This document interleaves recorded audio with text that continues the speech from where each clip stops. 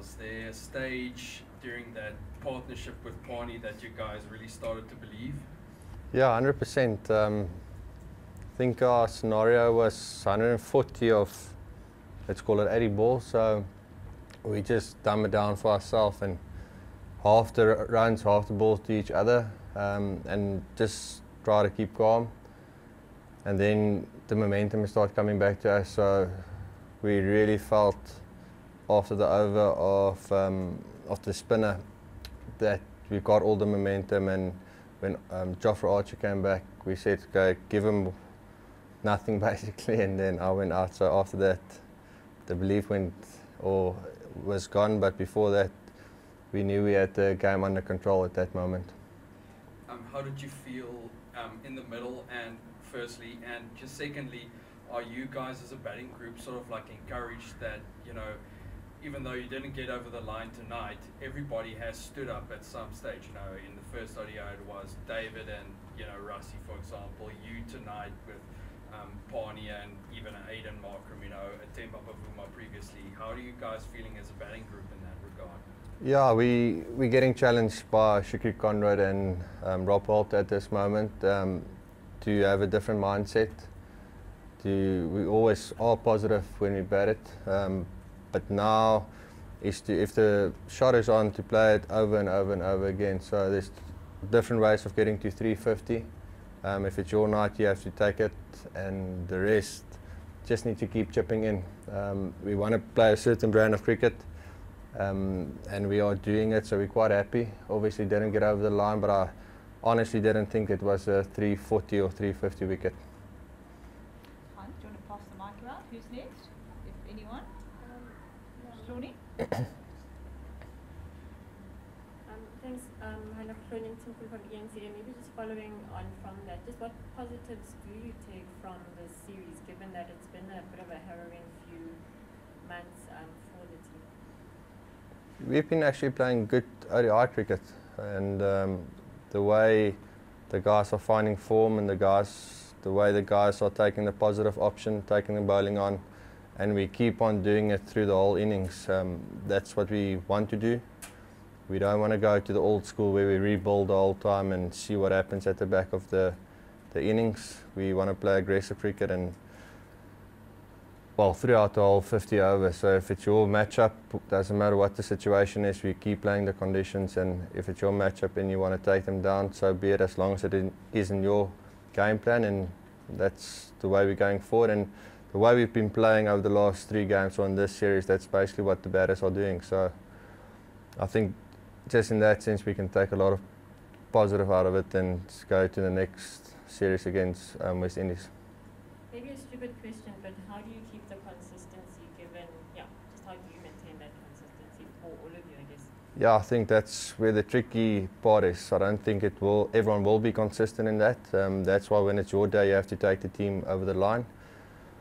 And that's where the players also and the coaching staff need to keep buying into the plan. Hopefully we will get batting throughout this, because if we want to play that way, then obviously the consistency will be up and down, and some days it will look very bad and other days it will look great. So that's a big challenge for the management and the selectors, if they want to keep the consistency in the players so we can play that way.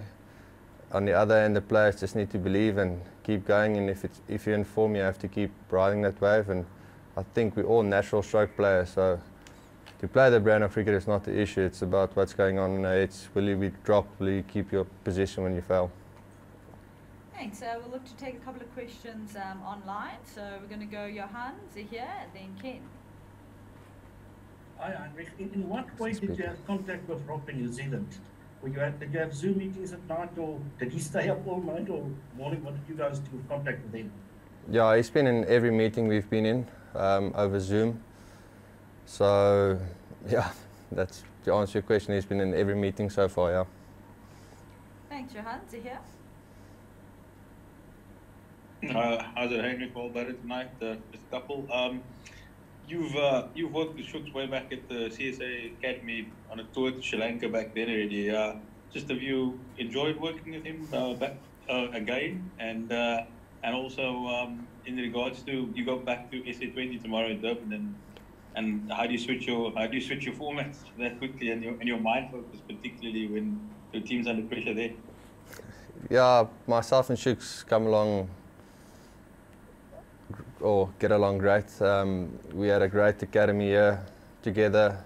We've always been in contact after that. The nice thing about Shooks is he's challenging us mentally, not so much coaching wise. That's up to the batting coach and all those things, but he's challenging the way we're playing and the way we think about the game, which is, for me, it's nice, it's different.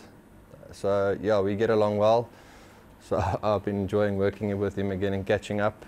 And then switching formats, we will see tomorrow's flight how the body holds up.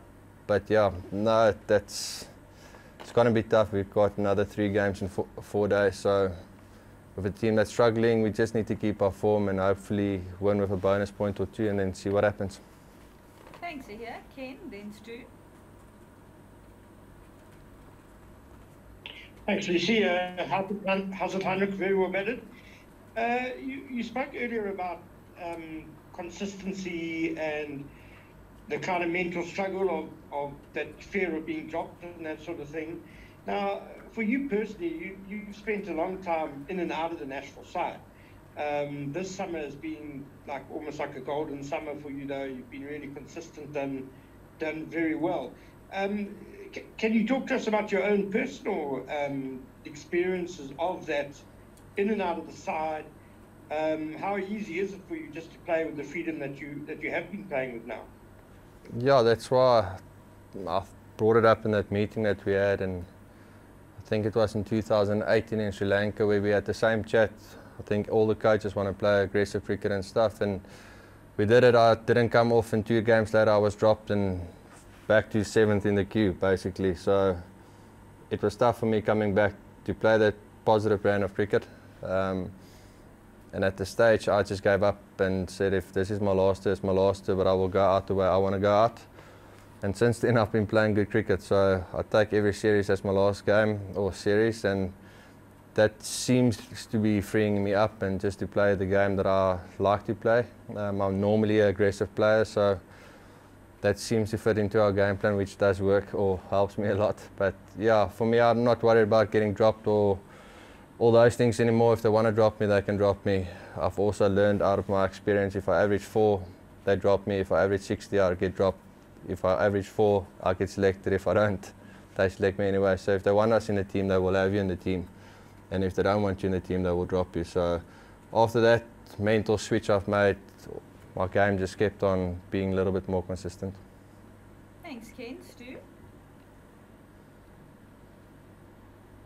Thanks, Lucy. Hi, Heinrich, well played. What's the most enjoyable part of this new mindset that the team has kind of been encouraged to play with? Part 1. And part 2, what's the most challenging part of it? Sorry, can you just repeat part 1? You cut out there, sorry.